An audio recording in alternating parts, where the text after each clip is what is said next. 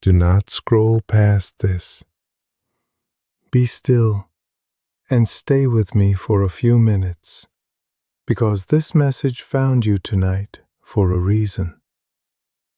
My beloved child, you are afraid. You do not have to say it out loud. I already know. And if I asked you what frightens you most tonight, I do not think you could name only one thing. Perhaps it is tomorrow you are afraid of, a day on the calendar you wish would never come. Perhaps it is the money, and whether it will stretch far enough. Perhaps it is a report the doctor has not read to you yet, or someone you love whose road ahead frightens you more than your own.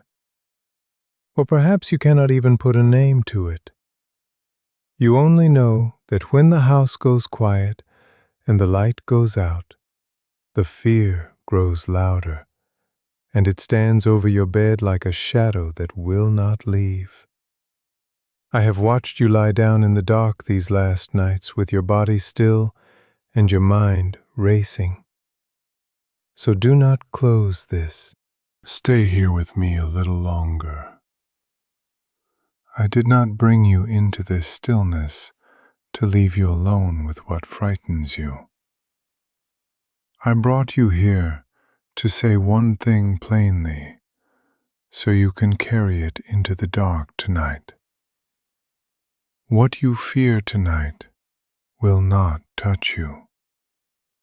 Not while I am standing where I am standing.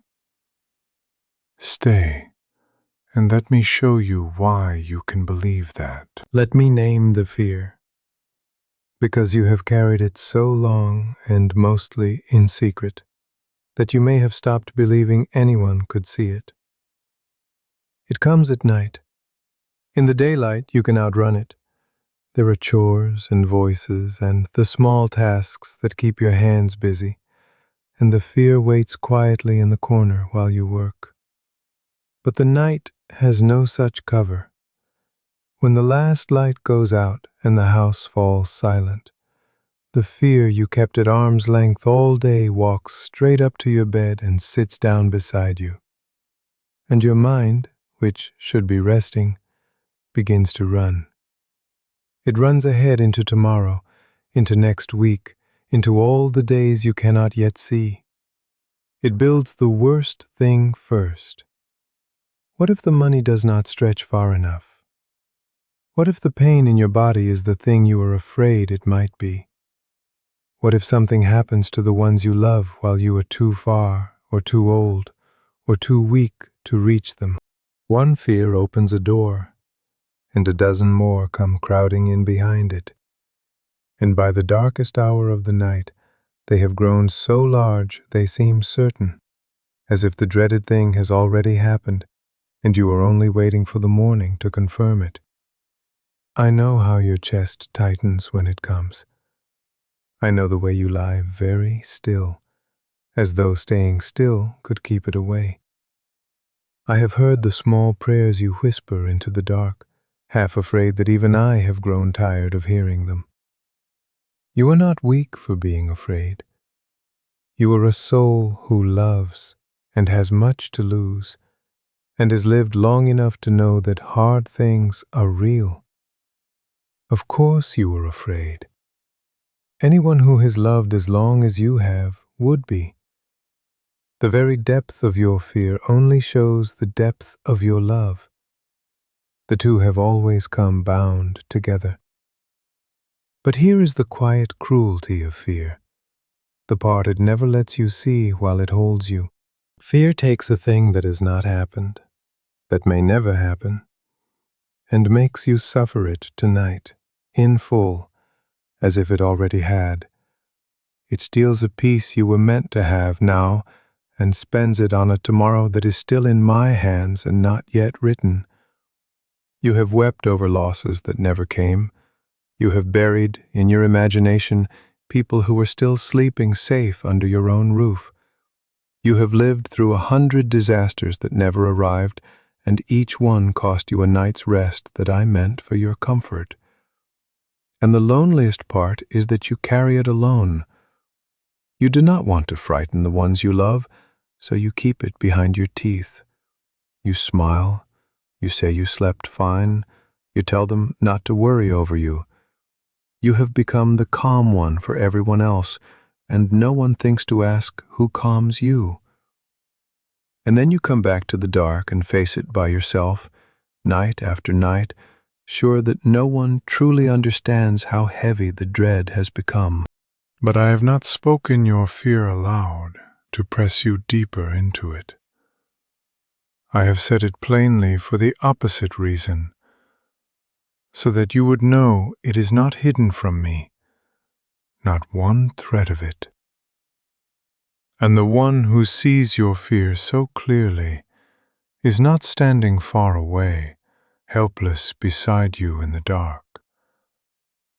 Let me tell you where I have been through every one of these nights. Here is the truth to hold on to through the dark, as sure as the ground beneath your bed. I have never taken my eyes off you, not for 1 hour of one night. You have felt so alone in your fear. That is fear's oldest trick, to make you believe you are the only one awake, shut inside your worry where no one can reach you, while the whole world sleeps on without a care. But you have never once been alone in that room. When you lay in the dark and were certain no one was watching over you, I was. When your thoughts spun through the worst of the night, I was there in the spinning, closer than the breath in your chest. The dark that hides you from everyone else has never once hidden you from me. To me, there is no night at all. I have kept watch over you while you slept, and while you could not sleep, and I did not grow weary of the watching, and I did not look away. Fear tells you that you must stay awake and guard against the danger yourself, because if you close your eyes, who will keep watch? Hear me gently. I will keep watch. I never sleep. The one who holds you does not need rest, and does not blink, and does not turn his back on the dark to warm himself somewhere safer. I am posted at your door tonight, and I do not leave my post. You do not have to lean on my voice alone tonight. Long before you were born, I set these very words down in my book and kept them safe through every century, so they would find you on a night like this. As Isaiah chapter 41, verse 10 says, "Do not fear, for I am with you. Do not be dismayed, for I am your God. I will strengthen you and help you. I will uphold you with my righteous right hand." Hear what I promise there, and what I do not. I do not promise you a life with nothing hard in it. I promise you something better for a fearful heart, that you will not face the hard thing by yourself. I am with you, and I will not merely stand near and watch you struggle. I will strengthen you. I will help you. I will hold you up with my own right hand, the strong one, so that even when your legs shake, you will not fall, because it is not your grip on me that keeps you, but my grip on you. And to the fear that comes only after dark, I gave a word made just for the night. As the Psalms chapter 91 verse 5 declares, "You will not fear the terror of night, nor the arrow that flies by day." I knew the night would be the hardest hour for you, So I set that promise there long ago, like a lamp left burning in a window for the ones who lie awake and dread the dark. The terror of night has no claim on a child of mine. It may knock, it may whisper, but it does not hold the keys to your house, and it will not have the last word over you. There was a man named Daniel, and he loved me. And he was old by then, a servant in a foreign land, far from the home of his childhood. He had risen to trust and honor, and because of it other men grew jealous, and they set a trap for him. They talked the king into signing a law that no one could pray to anyone but the king himself for 30 days, and the punishment for disobeying was to be thrown alive into a den of lions. Daniel heard about the law, and here is what he did. He went home, and he opened his window toward the city of his fathers, and he knelt down, and he prayed to me, just as he had always done, 3 times a day. He did not hide. He did not wait for the danger to pass. He knew the law, and he knew the lions, and he prayed anyway, and he trusted me with what came next. They caught him, of course. That was their whole plan. And the king, who actually loved Daniel, was heartsick, for the law could not be unmade even by the one who signed it. So as the sun went down, they brought Daniel to the mouth of the den, and they threw him in among the lions, and they rolled a great stone across the opening, and they sealed it shut. And the king went back to his palace and could not eat and could not sleep, and waited in misery for the morning. Now think of that night. Think of Daniel in the pitch dark, at the bottom of a stone pit, with the hot breath of lions all around him.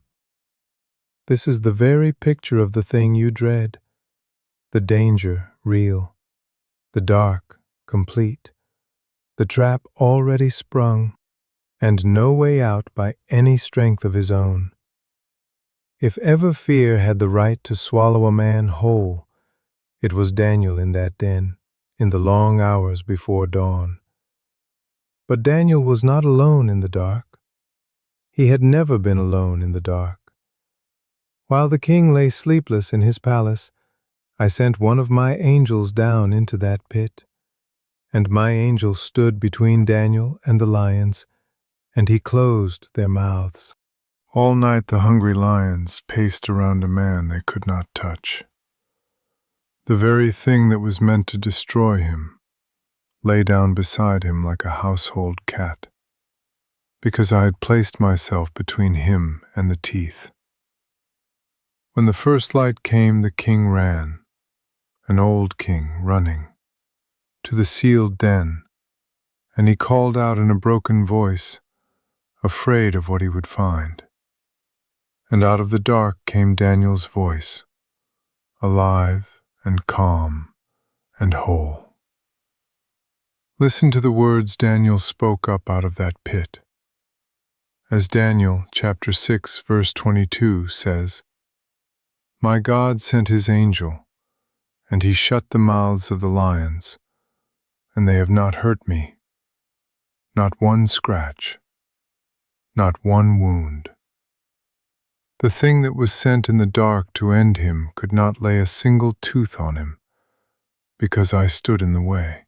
And hear this, for it is why I have carried you into this story tonight. You are as precious to me as Daniel ever was. So just as I went down into his den, and stood between him and the lions, and held their jaws shut through the whole long night, so I am standing between you and the thing you fear tonight. It will have to come through me first, and it will not. Now let me lift the fear itself and turn it over in the light, so you can see it for what it truly is and what it is not. You have believed, without ever quite saying it, that your fear was doing you some good, that if you worried hard enough, long into the night, you might somehow hold the danger back, that your dread was a kind of watchman, keeping guard over the people and the things you love. But hear the truth gently, child. Fear has never once kept a single bad thing from happening. Not one. All your years of worry have not added a day to anyone's life, nor turned aside a single trouble. Fear does not guard the ones you love. It only robs you of the peace you needed to love them well while you still have them. So where did it come from, this heavy dread that has stolen so many of your nights? Hear me clearly, because this matters. It did not come from me. I gave you no such thing. As the second letter to Timothy, chapter 1, verse 7, declares, the Spirit God gave us does not make us timid, but gives us power, love, and self-discipline. Read that slowly and let it settle. The trembling, cornered, sleepless spirit that has ruled your nights, that is not the spirit I placed in you. What I put in you is not a cowering thing. It is power and love and a mind that can rest in my keeping. If fear has been telling you all this time that a frightened, worn-out heart is simply who you are, then fear has been lying to you in my name, and I will not let that lie stand tonight. And here is the deeper turn, the thing fear could never let you see. Your fear was never proof that I had left you unprotected. It was only ever the place where I meant to become your shield.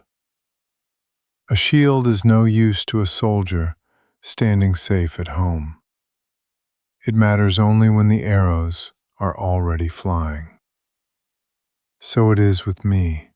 In your bravest, most self-assured seasons, you hardly reached for me at all.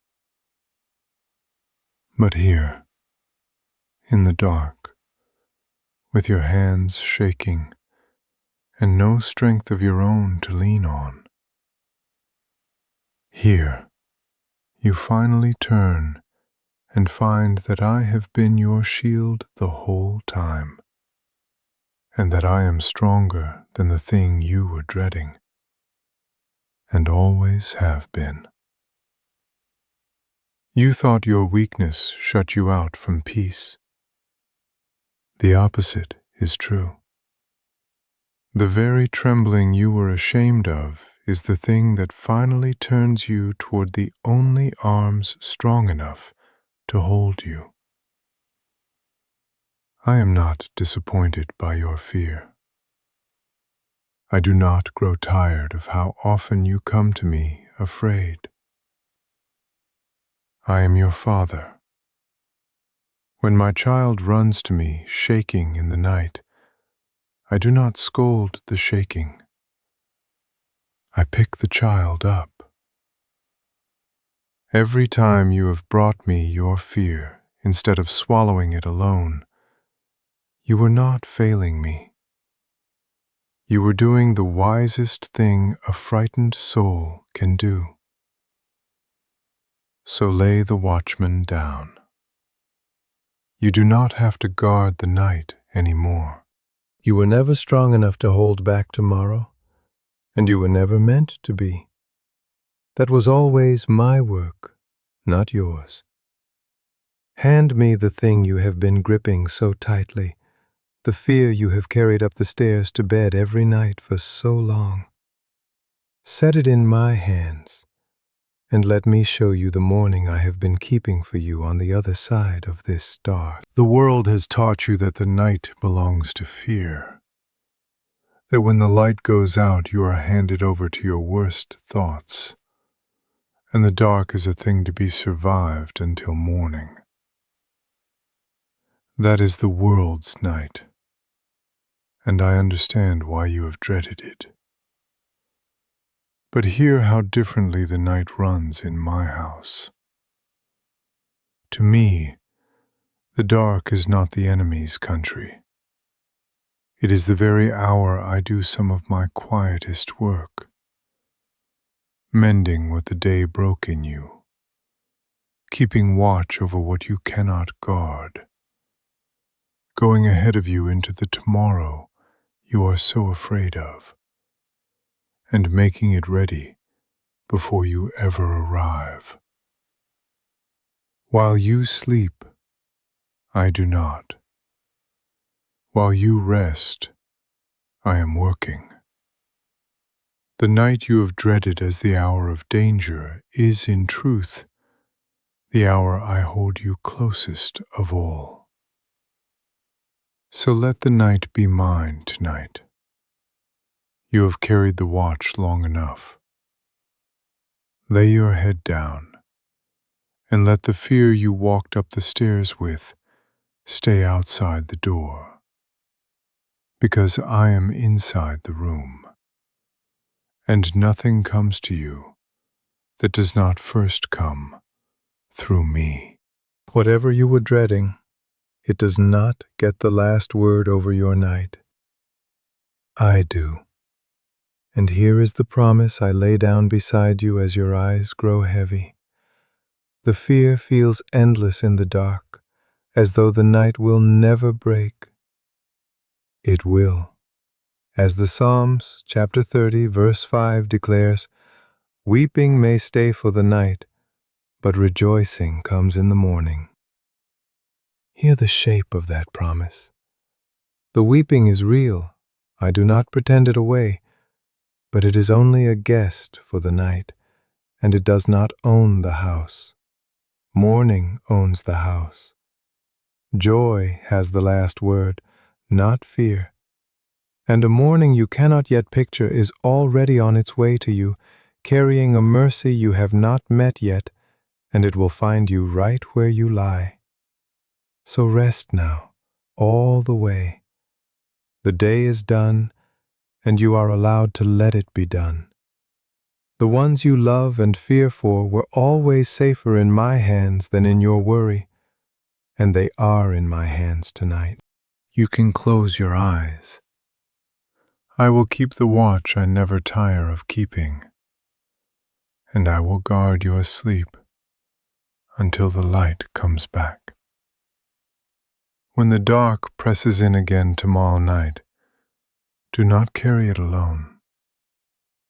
Come back here, and let me speak peace over you once more. A new word will be waiting for you every evening. Come near now, and let your Father speak a blessing over you before you drift. May the fear loosen its grip on your chest tonight, finger by finger, until it lets go. May you sleep as a child sleeps, deep and unguarded, knowing someone stronger is awake. May every fearful thought that visits you in the dark find the door locked and the house at peace. And may you wake to a morning that is gentler than you feared. And remember, before the worry can crowd back in, that the thing you dreaded never got past me, and never will. I am your Father, and I am not far away tonight. I am here in the room, standing between you and everything you were afraid of. What you fear tonight will not touch you. Rest now, and let it be true. And if even one word tonight reached the frightened place inside you, you do not need to answer me with much. Only a whisper will do. Let it rise up from the dark where you are lying, quiet as a breath between us.